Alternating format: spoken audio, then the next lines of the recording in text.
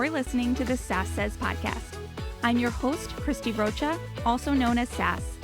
I identify as a woman, a wife, and a mother. That should tell you a lot already. And over the last few years, I've learned the value of talk therapy.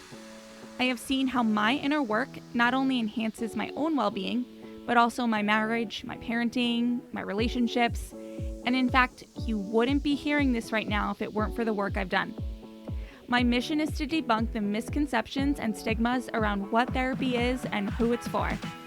Let's normalize working on our mental health and seeking help when needed. We've all heard of self-care, self-help, and self-love, but do you often wonder how to actually make it all happen? I do. You'll hear strategy-based conversations with professionals, as well as inspiring and validating stories from women who are just like you and me. Think of this podcast as the weekly therapy sessions you didn't know you needed, with a dash of sass, a lot of vulnerability, and me, relentlessly asking, but how? Hello. Welcome to the show. I am joined today by Dr. Shannon Davis. She is a physical therapist, certified autism specialist, and an inventor of children's products. She is the CEO of Inspiration Physical Therapy and InspiraSpark. She developed and patented products called the Little Balance Box, Push Toy and Activity Table, and Hativity, interactive headwear for your kids. Her products have been mentioned on the Today Show, Parents, Creative Child Magazine, Mom's Choice Awards, Mothering, Parent Guide News, and Us Weekly. You'll hear more about those on the show. Dr. Shannon is also a military spouse and a mom of 2. Today we discuss the tough transition into middle school for her daughters, especially during the pandemic. We discuss her entry into motherhood. She takes me back in time, especially as it relates to her husband's frequent deployments at that time. And of course, we talk about the work she does in PT today. We discuss the mobility communication connection, especially for our children, advocating for your kids, sensory overload, and what it means when she says her PT practice uses an holistic approach in treating all humans ages 3 and up. All right, so before we get to all that, I want to share that I recorded this interview with my 5-year-old daughter at home and around, and I don't normally do that, so you may hear her coloring at times or moving around. I tried to edit, some of the noise out, but at the end of my conversation, I mentioned that I need some coping mechanisms right now, and I want to make clear that that is not because of Shannon. That was because I was trying to do an interview with my 5-year-old in the room, and Shannon was very aware of how I was trying to navigate this situation, and I appreciate her patience and help even at times. So anyway, here's Dr. Shannon, and I'll catch you on the other side. Hey, Shannon, so nice to meet you. Thank you for being here with me today. Good morning. Yes. Thank you so much for having me. I am looking forward to getting to know you. We can relate certainly first and foremost on motherhood. Why don't you tell us a little bit about how many kids you have, how old they are, and your motherhood story a little bit. Yes. So I have 2 daughters. One is 10 and one is getting ready to turn 14.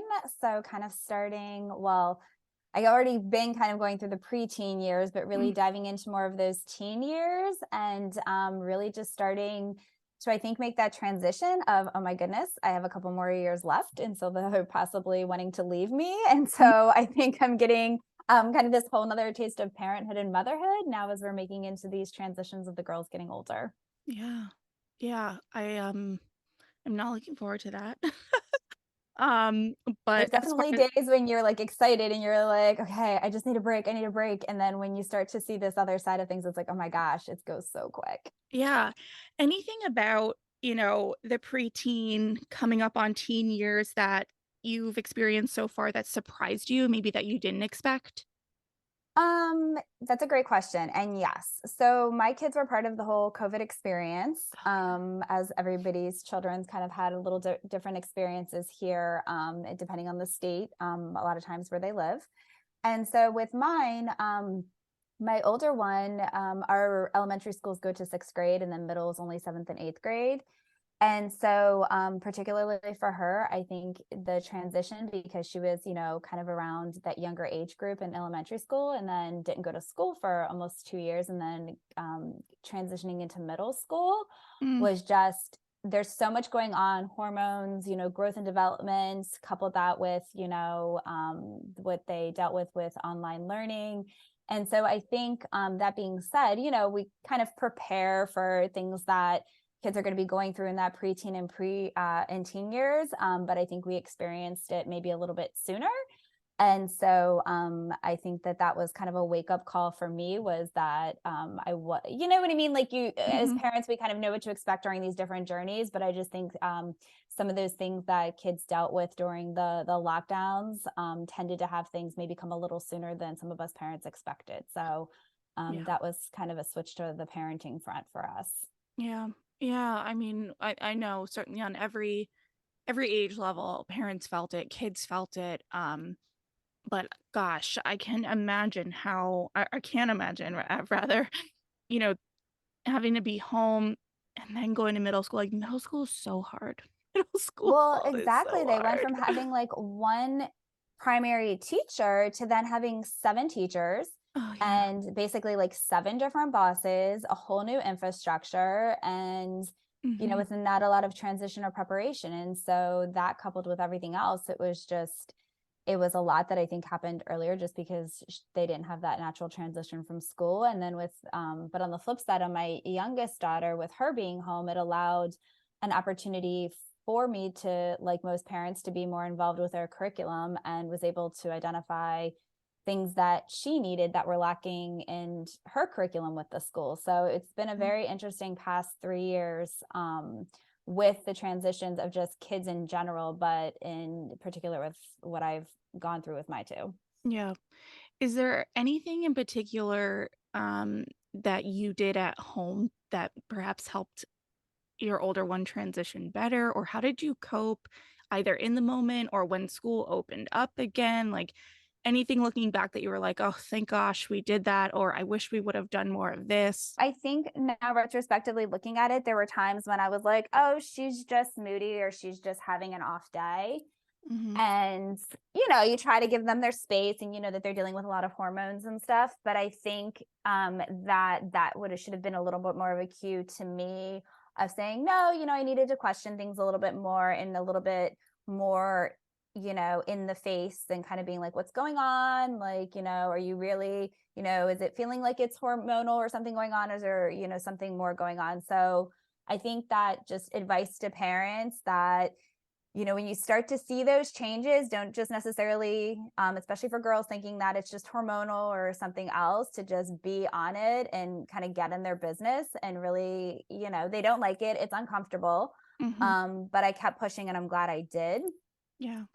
So that would be just kind of one of the things that, we really noticed. And it wasn't like anything severe. It was just little changes and just her behavior and how she was interacting with us.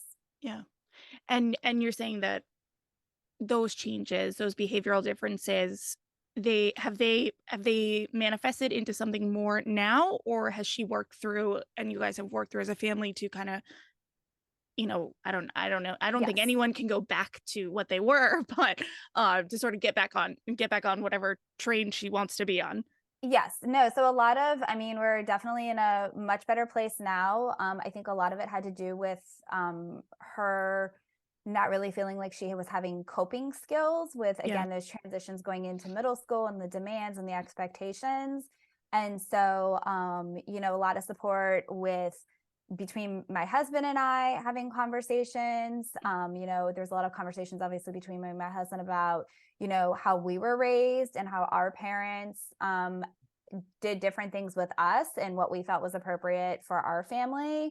So, it's not only about the children, but it's also, the relationship of your significant other, your spouse, whoever else is having, I would say, authority type relationship with the child. It's not it has to be multifaceted, in everybody being on the same page, because it doesn't work if I'm only doing one thing and my husband doesn't follow the same philosophy, or doesn't believe in the same philosophy of how we're handling interacting with her.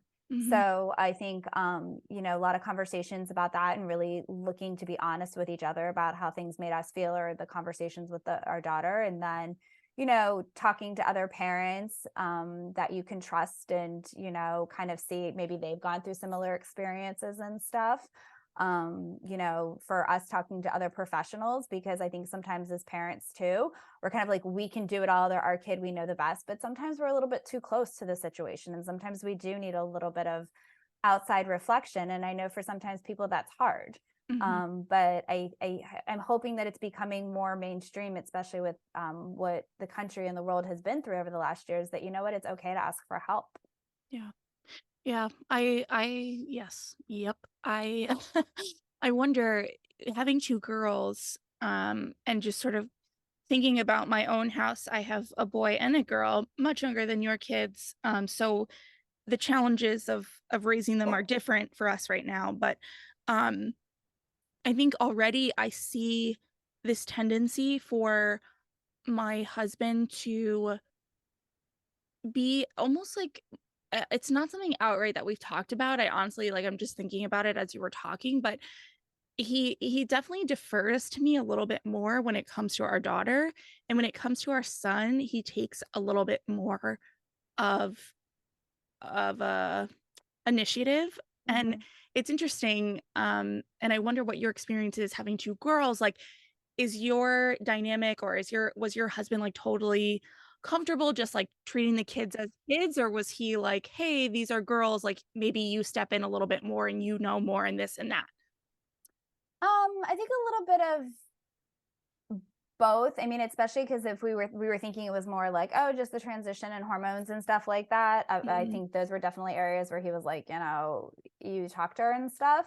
Yeah. Um, but I think there were times, especially if I felt that I was hitting a wall and she wasn't listening to me, because of course during COVID, I'm, the cook, I'm the housekeeper, I'm the teacher. And so I Yeah. think to some degree there was kind of that desensitization in that, oh, well, mom's just always here and that kind of stuff. So I definitely Yeah. would leverage if I felt like I wasn't getting anywhere, not to be like, oh, I'm going to tell your dad, because I don't necessarily, I mean, I don't, everybody's household is different in relationships, but I didn't want to create this like fear Mhm. thing about like, well, if you're not going to deal with me, then you're going to deal with your father.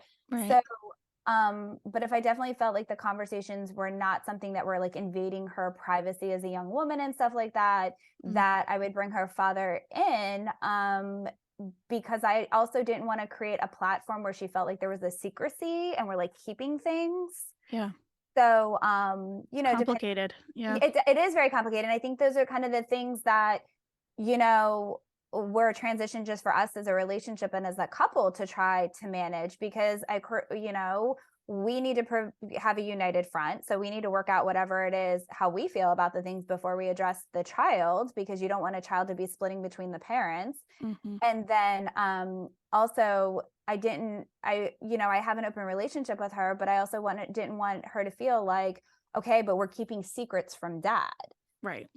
So, Oh and my I gosh. didn't Yeah. figure this It's out tough. overnight. Right. Right. It's a lot of trial and error, Right. the crying, the arguing, it is what it is. But Yeah. you really have to be not only open to communicate, but I think the other thing is you have to be willing to receive the information. And I speak a lot about perception, Mm. both from like children, spouses, coworkers, anything. Like we can have an idea of what we think something is, but what is the person receiving the information feel about it?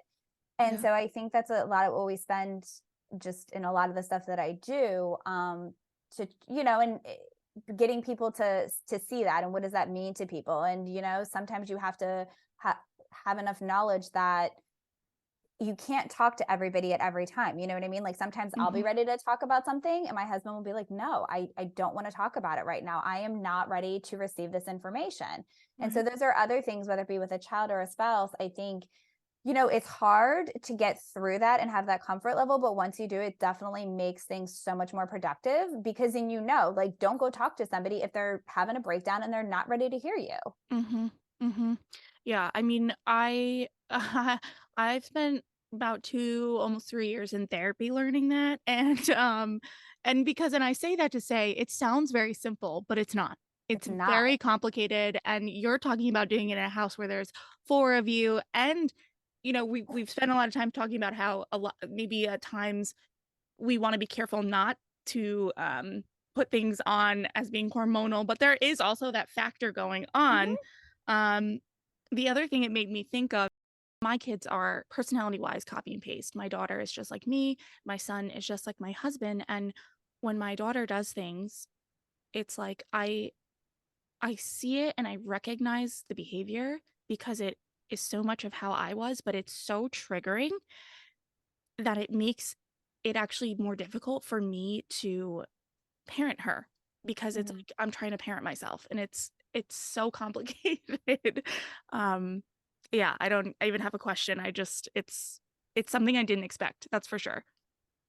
No, it's true, and that's the thing is I think it's just the all these complexities of parenting that, there's kind of that general stuff that, you'll see out there and you kind of already know what to expect, but it really until you're living through it with your own unique situation, it's just so multifaceted. Yeah. Yeah, okay. All right. Well, thank you for sharing all of that about your Mhm. daughters. I didn't expect to go down that road necessarily. But I know you have a lot of experience working with kids. You're a certified autism specialist. Why don't you tell me why that was a choice for you and a little bit more about that experience? So I'm a physical therapist by trade, going to school and stuff. And so I just over the years, what I had found was that I really enjoyed the sensory aspect of like just growth and development in humans and all this aspect of sensory world. And so what happened was is people historically would kind of say, oh, well, PTs, you only work with walking and like leg strength and balance usually. And it was always like, oh, well, OTs or behavioral therapists, they do more with like this sensory and stuff regarding clients or individuals with autism or sensory needs. And so I think what really came into going down that line and getting the extra kind of certification was just because I was always kind of seen as this one light and people were just isolating me. Oh, you're the PT and this is all you can do. And I'm like, no, really, I you need to understand the holistic person and understanding how sensory affects so many of these other things what I've seen with people because I've been doing this for so long. And I had a family and kids and husband deployed, and I was like, I cannot go back to school to get another degree for 4 years. So, what other options are out there that allow me to test my skill set, but also get recognition for the level of information that I know and that I can bring to the community and working with people? And so that's what led me to get that certification because it does focus really on that holistic aspect of understanding the whole individual and their different environments, different resources in the community as well.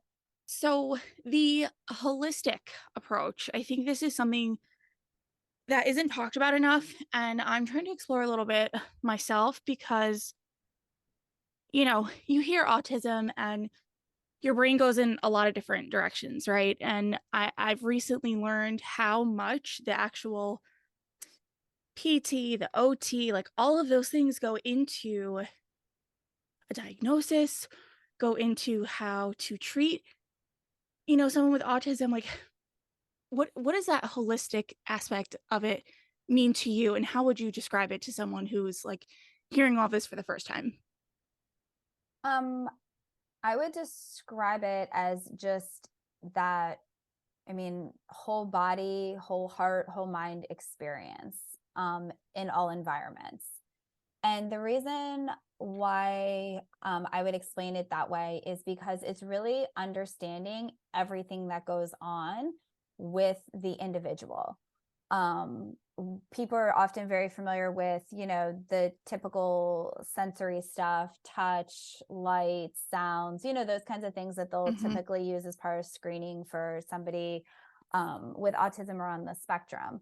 But it's also like what's going on inside their body. Like there's the whole concept of what's going on with their internal organs. How does somebody relate to those things and what is causing or producing a response for somebody and how they're then acting in a particular environment.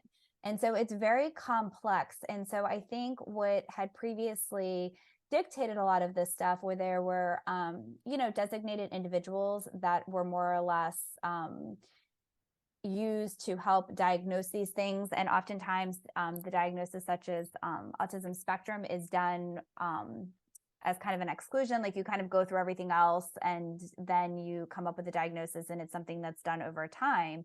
But there's these other disciplines, especially with PT, with like gross motor, that had been neglected for a very long time, and it's still not mainstream like some of the other therapies are.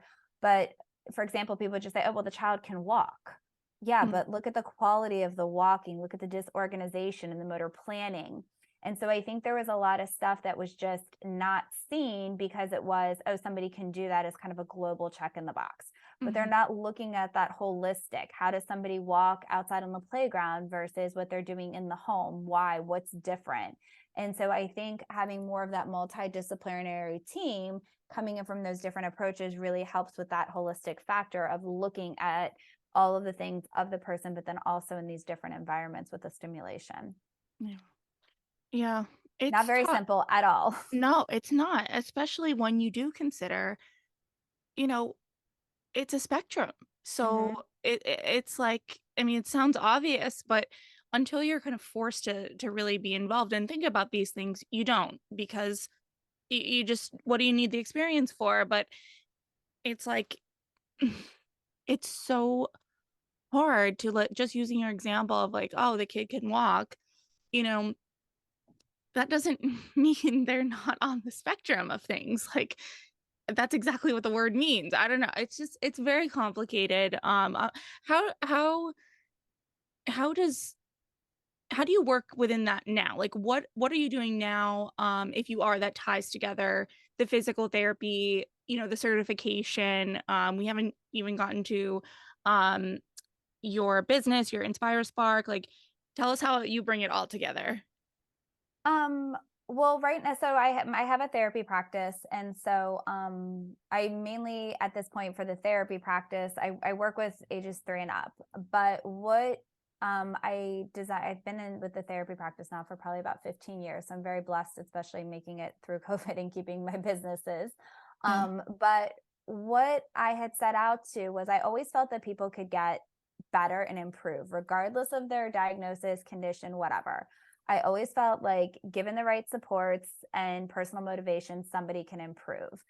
And so I not everybody thinks like that, especially when you're working with individuals of different cognition levels. A lot of times people are just kind of checked off as that's all that they're ever going to be able to do. Mm. And so I was very blessed to be able to bring on my team other disciplines that think like I do. So I have dietary, I have speech, and I have OT. And so we all share a very similar philosophy, and that somebody can improve regardless of what we start with. And the other thing that we also share is that holistic perspective, that it's not just about what I do as a PT, it's not just what the OT does. We step in each other's toes all the time with the different disciplines and have discussions, and getting rid of that ego and just knowing that we're all here for one purpose, is to help an individual. So I think that's kind of how my philosophy and background in using it and finding the right team to work with that has other philosophies, we're able to do so much good for people, because at the end of the day, that's what we're just focused on. And the other thing too is we're in some very unique settings and stuff like that, so that definitely makes it easier, where we're not dictated by some of the things like insurance, where sometimes people don't get all the supports that they need. But because of the unique situations that we work in, it has allowed me to see really what truly can be done over time with the right supports and the right resources, and a lot of repetition, a lot of practice, but success can be held. And so I think then that's kind of my mission, is being able to share that with other people, because maybe some people are in situations where they have limited resources or insurance coverage or something like that, or lack of, that things can happen. It takes time. And I think in our society, we're so into that immediate gratification of pushing a button or taking a pill or whatever it is. We have to understand that things with the body, they just take time, and you have to be hardworking and persistent and, implementing resources or programming, but they do work. I've shared this on the show before. My daughter, a few years ago, during lockdown, her pediatrician was concerned perhaps with autism, and we got all the evaluations and all the things done. And at the end of those very long and thorough evaluations, it was just determined that the combination of quarantine and my son being born in the middle of that was really what it was. And she needs speech therapy and all the things, but not all the things. She only needs speech therapy. Um, but I think, like I was saying before, like I never looked into any of this. And I think prior to that experience, and I think that it was surprising, at least to me, to start to learn that things like OT and PT, like things that you would be treating with OT and PT would be involved in something like a speech delay. Like, can you about some of the things maybe a parent might want to be looking for that might warrant a visit or a call to a physical therapist that maybe not as obvious? Well, I can definitely 100% comment on the connection between mobility and communication, Yes. because with our my one of my product inventions, the little balance box, which is a push toy. It doesn't have wheels; it has springs in the feet. Mm, So it's much easier and ergonomically designed for a child to kind of access, to be able to walk and move around and explore their environment. And no matter how many shows I do or how many times people send me videos, as soon as a child is up and moving and exploring their environment, the babbling and the pointing and mhm, the just verbal and nonverbal communication skills just flourish. And so, 100% in that early development, the importance of having that exploration and mobility really is a foundation to help with then those other forms of communication that start to happen with a child. As far as specific things, like for when somebody should seek out the different therapies and stuff like that. I mean, the one good thing is there's a bunch of stuff out there now that does allow people to, with the internet and stuff like that, to some degree, you can kind of see like whether or not your child's on track. And we know that the CDC, changed the developmental milestones as far as the ages and stuff like that. So I know that that's a little bit confusing for parents. But really, what I tell them, just keeping it simple. Like when your child, if you're picking them up at daycare, or you're at a play date or at the playground, what is your child looking like in relation to their peers? That's what are you seeing there? Are you seeing differences in their interactions and socialization, in the communication, in the motor skills, in the gross motor skills? Is your child not climbing up on the jungle gyms like they see the other kids do? So those would be just kind of a really easy way to just kind of look globally in front of you and see if something seems like it's your child is not kind of at the same level of what you're seeing on the playground. And grant you, there's plus or minuses, ages and stuff like that. But just to, in a general way to kind of look at things, because it does get very overwhelming to start looking at all these exact motor milestone predictors at the different ages and stages. Then from there, if you're starting to get concerned, I would immediately reach out to whoever your medical provider is and advocate for an assessment, because children develop so quickly. And into some degrees, it's in a sequential order, right? Children do the gross motor, the fine motor, and then working on the language skills. So the brain and the body really has these windows of opportunities going through development. And so, yes, to some degree, every child develops at their own rate. But if you're waiting too long, and or if you're a system where maybe you don't have a lot of resources, or there's waiting list, or you have to deal with a lot with your insurance, you may be losing valuable time to start making changes or implementing changes for success later on. So parent intuition, 100% go with it. And it just be an advocate from the beginning to getting a child any of the supports that they may need. yeah. You can always Yeah, say no, you know what I mean? You can always right. start the process, and you can always, get things going, get the insurance going, get the doctor's referral. And then, that's taking 2 or 3 months. And then all of a sudden you're one day at the playground and your kids are passing everybody at the playground and what they're doing. And they Right. just all of a sudden bring it all together and all the points connect. And it's like, perfect. It's all come together. You didn't lose anything, but you had everything there in case you needed it, because you can always Yeah. cancel it. Yeah, and I have to say one thing that I've learned through my experience with her is that you know, we all just pray for a happy, healthy baby, right? And Mhm.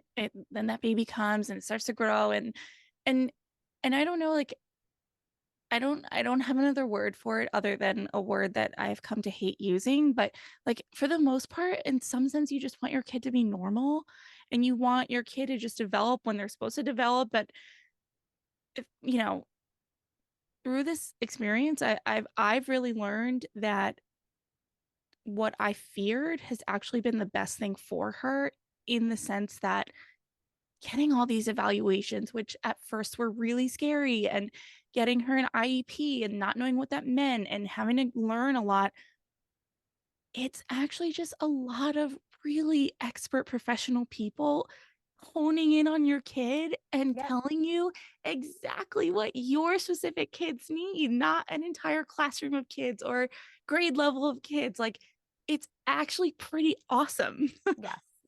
and not something that, you know, should be feared. And of course, I'm coming from a place of, hey, like we've determined what she needs. So and there's a lot of peace that comes with that determination. So I'm not trying to sound too, hey, easy come, easy go. I'm not saying it was easy, and I'm not saying everyone's experience is the same as mine and all of the disclaimers, but at the end of the day, your kid is who they are, and having having just really expert level opinions and strategies and people on your side is really pretty cool.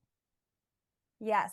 So, if we have a moment, I'd love to share my experience with you and your audience about the school system. Sure, sure. And before I go into that, I will say, yes, the word normal, I do a whole like event presentation, whatever you want to call it, on that, because I think that there is no normal. I know exactly what you're talking about. You know what I mean? Like, we look Yeah. at different kids and their families. And so that's what I talk to parents about all the time. I'm like, you have to look at the environment that a kid is in. You know what I mean? Like, if you Mhm. had a really high energy kid, somebody might look at them and say, "Oh my goodness, they might have ADHD or something else going on. Like, they just have so much energy." Well, really, that's your perception. But if that kid's in a family that's like super active and is like always on the go, then they fit right in. And Right. so I think a lot of times, again, we need to, people need to look at the child themselves, look at those environments, the surroundings. Yeah, it might be what you're seeing, but really, how is it fitting into the world around them or what's supporting them? So, with that being said, our situation with one of my kiddos with the school district was, because of my background and knowledge and mother instinct, I knew something was off with her reading. And this, of course, was going on during the midst of COVID and everything else. But I was told over and over again that there was nothing wrong, and she is bilingual. And so I was told, it was just the transitions of learning two languages in school. Mm. Um, Almost 2 years later, lots of fighting, threatening to sue the school district. We were Mm. able to get resources um, because they told me she wasn't impaired enough. And I said, well, okay, if she's not impaired enough, then what are you going to do to make it better? Because I said, and I straight asked the one of the professionals, and I said, so do you think my child's just making this up? Like, do you think she enjoys being difficult? Like, Mm. what's there's got to be a reason, but you guys are telling me there's no reason. So then that defaults that she's just trying to be this way. Mm. So, I think, just again, as parent advocacy, and like you said, I mean, having all of these, once I was finally able to get the assessments and really the fine tuning and for people to see, and to get the resources, it was a fight. But once are able, like in my case, I was advocating for them because I knew she needed more. Mhm. And how incredibly fortunate we were, and how important it was to make sure that those supports were in place, because again, it was during that very modular time of the brain and learning how to read and getting those good reading comprehension and language skills down before she starts transitioning to the higher grades. Yeah. And so I think there are definitely parents that are sometimes a little bit worried about the system because they don't want to know the answer. And they're like, oh, okay, let me just give more time and we'll just grow out of it and see what happens. But then there's also, on the flip side, those of us who kind of know the system and know how amazing it can be Mm-hmm. when you have access to the resources and some of the outcomes. Mm-hmm. Yeah. I mean, the whole quote unquote system, like, oh my goodness. I mean, I feel like we just need like like a pretty complete overhaul. Like Yes. I just it's awful. I think that also through this experience, and I'm sure you have a lot of the same experience. It's like because she needs speech therapy, and she was initially in a different preschool program than the rest of the class, and now she's moved into that classroom, but it also gave me access to a group of parents that I wouldn't have had interaction with before, Hmm. and their kids, I see them. They're on the playground, they're outside, I interact with them. There's nothing not there's very often not something about that kid that I would pick out myself, but in the conversation with the mom, I learned something that that kid is struggling with. It's almost now rare to me to come across a parent and a kid who's like, "Yeah, everything's going great." Like it's actually more the opposite. More often now, parents have something to say about what's maybe not, like, lining up with their kid, and the point is that we're all that, like, the point is to emphasize your point that there is no normal. Yeah. And that's what I think. It just trying to get away from that stereotype word, whatever it is. Cause yeah, Yeah. like Yeah, here and, was the school trying to tell me that my child was normal. That's what they kept telling me. They're like, they're normal. She's fine. I'm like, no, she's not. right, right. Well, and it's like I learned too that there's an assessment of of normal within a range, and it's like, for lack of a better way to explain it without knowing, that all the ins and outs, it's like if normal ranges from 5 to 10, your kid might be 5.5. So Yeah. it's like we're still not at 10. We're still not like, but like you're saying, it's not a 5 or below, so we're not able to give you the resources. And Yep. that's not right. It's not right. It's not right. And I don't like it. Um all right. So was this what was the time period? How old were your kids when you mentioned that your husband was deployed? Um, they were young. My first one, he actually made it into the delivery room when I was pushing out the baby. Oh my goodness. So, he got there right as she was born, and then I think he was home for like 10 days and then had to go back wherever he was at the time. Mhm. And then he was home for the second one, I think for a couple months, and then was gone again. So that's kind of actually, that's when I developed the little balance box because I was losing my mind with little sister wanting to walk and chasing big sister. And we have carpet and tile floor. So every time she went from the carpet to a tile floor with the push walker with wheels, she'd face plant and it would make me crazy because I'd like have to turn off the stove, go pick her up, and then she would just repeat it. And I'm like, oh my gosh, there's got to be some type of something that you can use to walk on your own kind of terms Yeah. and do what you want to do. And so that's kind of when I developed the balance box because it was just like there's got to be an easier way. Like I can't be over there helping you walk and make you dinner at the same time. And then if I'm over here helping you walk, then the older sister's gonna be like, where's my dinner? Right. Right. So yeah, so he was gone when they were both pretty young. Young, yeah. And so he's no longer deploying, or like where does No, that so stand he now? he he retired from the Navy after his 20 years. And Oh, so okay. then he transitioned into a corporate job and that he split different schedules. We've had day and night schedules. He's had to work at other locations where he was gone for 4 days and then comes home on the weekends. So we've dealt with all kinds of different calendars and everything like that along the way with that. And I mean, those all take effect into everybody's schedules, like if I'm already up or I'm at the end of the day and then he's getting up trying to have conversations about all Yeah. of those other things we talked about earlier hard, or, maybe I wouldn't see him for a day or two and then things are going on at home. And it's like, I'm trying to pause like, obviously you need to take action, but you also want him to still be involved when he's maybe coming home a day or two later about whatever happened. But then Right. like maybe things are settled at the house now, but then he comes home and then it's like reignites the fire then after I tell him what's Yeah. going on. So, yeah, we've had to deal with a lot of just different things with even just those working schedules on top of it. I mean, I'm very busy with my businesses, but I'm, fortunate because I do have the flexibility to some degree. I'm actually internally laughing. I know you can't see me just because yesterday I picked the kids up at school and it was raining, so they couldn't go to practice. So I took, the friends over to the juice shop or whatever. And there I am on my earbuds having a phone conversation. And I walked away. I thought my credit card was done processing. And my kids are yelling. They're like, Mom, get back here. You didn't sign. I was like, okay, okay. But I mean, that's my life, Yeah. and it is what it is. And we've been able to make it, work for the most part for balancing. But I'm very into like yoga and stuff like that. I just find, it does help for me. Hmm. I'm definitely, because I have so many things that pop up on a daily basis or crises and fires all the time, Yeah. that if I wasn't as grounded as I am for the most part, that it would be hard, because things pop up, but you need to just address them and move on because other things need to be done. Yeah.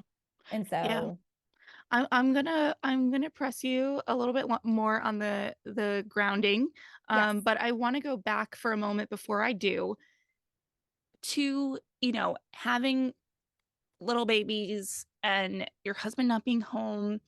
I think that I think myself, listeners, we've seen enough movies to know, and not to know, but to be able to picture just how difficult that was for you. Is there anything looking back that you took from it that maybe we wouldn't expect? Anything you learned about yourself or motherhood or something that, I don't know, just we wouldn't maybe know from watching a movie about an experience like this?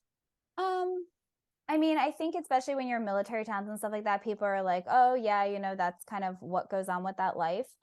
But what was surprising to me were when I would get questions from people, and they would be like, "Well, how can you do that?" Or they'd be like, "Aren't you worried about like your husband's going to do something when he's in port?" And I'm like, and my husband flew helicopters, and they're like, "Aren't you worried he's going to die?" And I'm like, "For real? Like Oh my that's the kind of God. questions you ask somebody?" And these are, maybe like acquaintances. I mean, obviously these aren't besties and stuff, or people that are oftentimes military spouses, but those kinds of things, like, yes, I understand people, that type of lifestyle isn't for everybody, or people don't understand how we are able to do that as military spouses.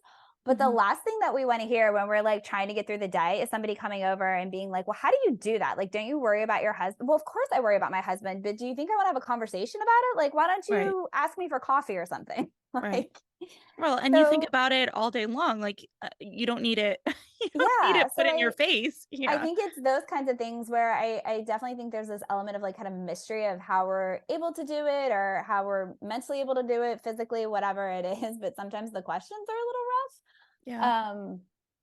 But What is it then? Is it like, is it a do you compartmentalize? Like, what is it then? yeah, I think so, because I obviously kept myself very busy with product development and doing all these things.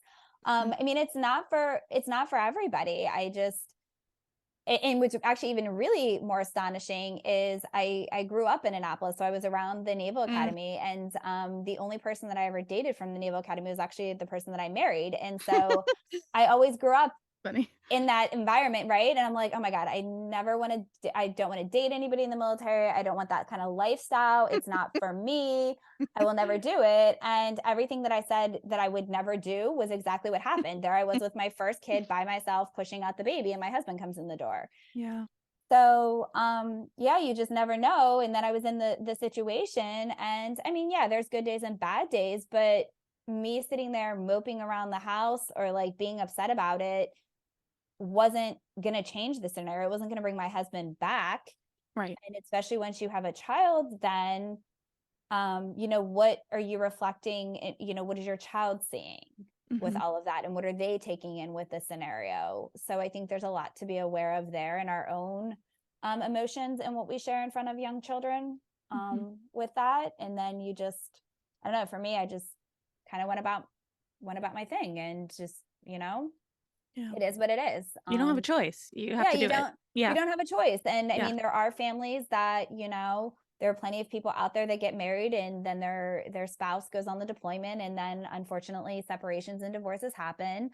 Maybe they didn't know what they were getting to, maybe they weren't planned, maybe there are other circumstances, I don't know. But for those spouses that I saw that it happened to, often on the side of the person that was still in the military, it's unfortunate, you know what I Hmm. mean? Because they're going out to do their job, and then to come home and have somebody be like, oh, this isn't the lifestyle for me. It's kind of like, well, you did know what you were getting into to some Right. degree. So I mean, definitely there's two sides of the story. And I know that there's plenty of spouses that have had other things happen when their spouse is out. But I think people don't often hear the side from the person coming back to not having the person there that Mm, was originally at the port when they left. yeah.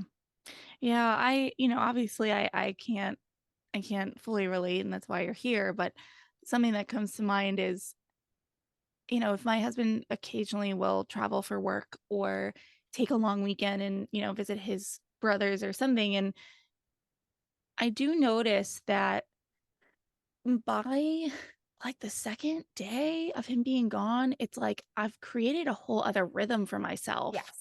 You And just get into it. yeah, and you do. And anytime I get into that rhythm, I do think about, single parents in your situation, and I go, wow, like I'm doing this for a week. I'm not doing it for a lifetime. But yeah, I and it's almost that it takes when he comes home, it's almost then more of a transition for him Yes. coming home and stepping back into a rhythm that I've created that is a little rocky. Yes, Like and that's that's actually one rockier. of yes, no, Yeah. and you're right on point, because that's actually one of the things that the military does provide resources and support to, that a lot of people don't think about, because people, everybody's like, "Oh, aren't you so excited they're coming home?" Well, yeah, you're excited you're coming home to see them, but they've been gone for, even a couple days. Like you said, you get into a new routine, and so then there's that transitioning of now bringing somebody back in. And Yeah. do you go back to the old routine, or do you like something better now and you need to kind of reintegrate them into something else? But Yeah. yeah, it's not always as easy as, oh, the person's coming home, now you're going to have an extra set of hands. Well, not quite. Right. Right. Yeah. I mean, yeah, if we really like look at that, it's almost like, depending on how long someone's been gone too, it's like they might not even like they don't know anything, right? Like they don't even know. Like I even my husband now, he's home all the time and he'll still ask me like, "What do I give him for dinner?" I'm like, "What are you talking about?" Like so imagine him if he was like never even home to see what I give them for dinner. Like that, Mhm. yeah, that's a whole thing.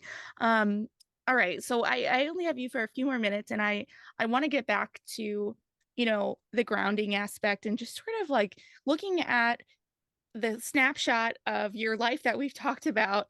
You're business owner, mom of two, military wife, military family. You know, how did you learn how to best ground yourself? Because I think there's a learning curve there too. Like we get bombarded with a lot of messages about how social media and society like think that women should take care of themselves and moms. But I'm finding more and more that it's certainly not a one size fits all. So how did that journey look like for you? Um, I would agree. It's a journey, and I think it's a journey through ages and stages of life as well. I mean, definitely when I was in college in my younger years, it was like, okay, I'm going to go running, I'm going to go to the gym, I'm going to do those kinds of things, and they worked for me. Um, but definitely as I got older, not so much. Running, I like to fast walk running, little challenge when you have some big babies. Right. So might need to do some modifications there. But what I really found worked for me was yoga. And Mm, so it's great. I can do it anywhere. I can do it anytime. I don't necessarily have to have, the mat and the prompts or the props to do the different things. It was something that I found helped my mind and my body. So that's why I liked it. mhm, I also found that because I'm always like so high energy through the day, like running around, that now I don't think I could go to the gym or like do aerobics because, or any of those like spin classes or anything, just because I'm already so fast paced that all that mm, does is like give me anxiety. hmm, So, but these are things that I, just through trial and error, like knowing right. like the yoga is what I get the most out of. And not only from the spiritual and grounding perspective, but my body is so used to just the stretching and the ease of movement that if I miss it for a day or two or something like that, I start to feel like the stiffness in the joints, just because my body knows how it should be moving and what feels good to it. Mhm. And so I think, once people find whatever it may be, and obviously there's amazing and all these different types of things out there. But you just got to try. And then once you find one, it's great, because you have that outlet. And especially if it's something that can really pull you back, not only on that physical, but mental side, to keep you grounded. There'll be Yeah. times I'll go outside and just lay in the grass. How crazy is that? You're a viral TikTok waiting to happen. I mean, like there would be, I'll be sitting, I have an office at home, and some days I'm just like, I've had enough, and I will go outside in my bare feet and I will lay in the grass, and I will just take deep breaths and just focus on the breath. And that'll do it for me. Just, Yeah. you know what I mean? Like, just to detox, feel something different, that whole sensory experience. And that's why I talk so much about sensory and a lot of stuff, because it's not just for somebody who has a diagnosis or all of these other things that often go with sensory. Our whole world is sensory for Yeah. everybody. Yeah. And so it's so important to understand how to use your body and these senses, because they really do perform wonderfully when you know how to use them to help ground yourself. Yeah.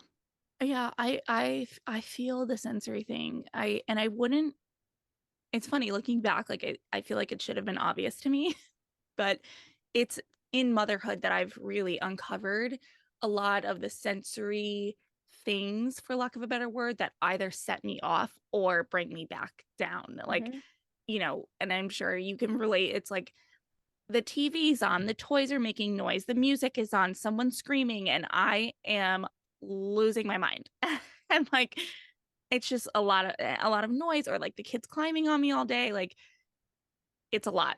Yeah. Um And your body and brain is trying to filter all that stimulus that's coming in at the same time, and then prioritize what you need to react to first. yeah. It's a Yeah, lot. and even I spent a lot of time thinking that taking deep breaths was like entirely too simple for it to like really work. So I just didn't even the amount of people that told me like, oh, like deep breathe and da da da.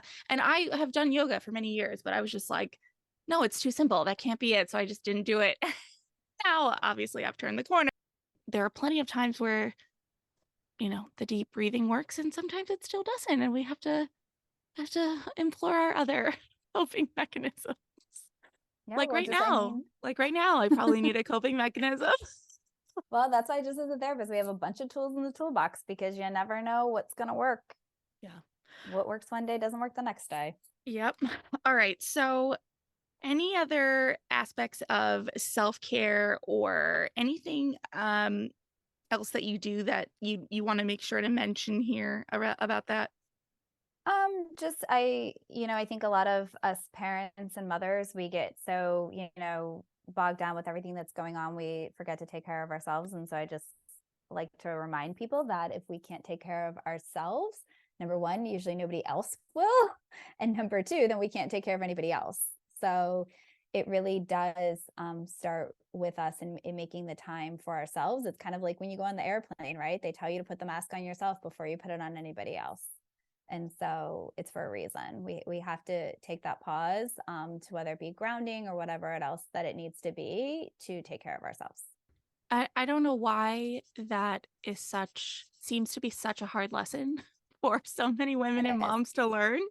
I guess I could speculate why, and we don't have time for why. That's like a whole other thing, but it's a hard lesson to learn. And the only thing I would add to that is that for me, that it's taken 5 years of motherhood to really learn it and believe it and know it. And I never would have expected that it would take me that long, but it did. And so I was just saying, about the being grounded and taking care of yourself, just because when, things happen, in my case, especially as the kids got older, and some of these things that I wasn't necessarily, it's one thing when the kids are younger and you have an eye on them all the time, and you kind of know what's going to happen to some degree. But when they start getting out of the house and different friend relationships and all these other things that might kind of get blindsided to you, if you're not in a good space with yourself, your health, your mental well-being, it definitely makes it more of a challenge to provide support to those around you who need you.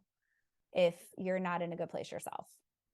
Yes, I feel that deeply. Yes, I know. Oh my goodness. All right. Well, thank you, Shannon, so much. I appreciate everything you shared. We're not alone. We're all in it together, good days Yeah. and bad.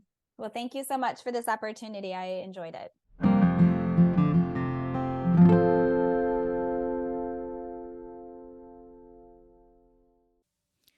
Okay, so wow. The first thing that comes to mind is something Dr. Shannon said towards the end of our conversation having to do with sensory overload. And I want to reiterate it here because I'll speak for myself. I know what it feels like to be overloaded with senses, but I guess I really just never heard it described this way as far as like what is actually happening when there's 1,000 different noises I'm getting climbed on and I want to scream. So she says your body and brain are trying to filter all of that stimulus that is coming in at the same time and then prioritize what you need to react to first. Whoa. Yeah, like makes so much sense, right? And when you think about it, all that stimulus is coming in at the same time and it's also changing on a second by second basis. It's a lot. That's heavy. So when I think about myself at the end of a hectic day, especially when I think about a hectic day with my children, I mean, that just really explains why at some point I just shut off and shut down. And sometimes it doesn't even need to be at the end of the day. I will share that at the time that I'm recording this morning, my kids and I had one of the most challenging mornings we've had in a really, really long time. We're coming off of a long weekend. We're coming off of a lot of family being in town and my son's birthday. And we're just a lot of sensory stimuli. And they're tired. I'm tired, trying to get them back into a routine. And they both were just crying and saying no to everything I needed them to do. And at some point, I called my husband for help. And he's like, I'm in the shower. I'll be there as soon as I can. And by the time he came out of the shower, everybody was quiet. Everybody was calm. And he's asking me to try to tell him what was going on. And it was really hard to explain because it was not one thing in particular. And it was not anything concrete. It was just, yeah, they're both screaming, they're both crying, they're both yelling no, they're feeding off of each other. They're both doing the tantrumy things with their bodies where they're flailing and stiffening up and, then pushing on me and pulling away from me. And in a half-hour period, all of that came into play and I really felt my body react. And I don't know, just, yeah, it's a just real life today example of sensory overload. I also at that point hadn't had my coffee or breakfast or anything, and it was just like, ah. Anyway, enough of that. The other thing that is so important to reiterate is that there is no normal, and I'm especially talking to you parents out there. No kid has it all together. No kid goes through life, goes through developmental stages without something to work on, without some challenge. And I don't want you to let social media or society tell you any differently. Every kid develops at their own stage, and whatever it is, whatever it is that your kid is struggling with or is challenged by, you'll work it out because you're listening to a show like this. You're going to now be following people like Dr. Shannon and you care and you're going to work it out with your kid. And I definitely struggle with saying things like this because I know that different kids and different parents and different families have challenges that are on a spectrum of difficulty. And so it's hard to talk about this without feeling like I'm minimizing challenges or comparing challenges, but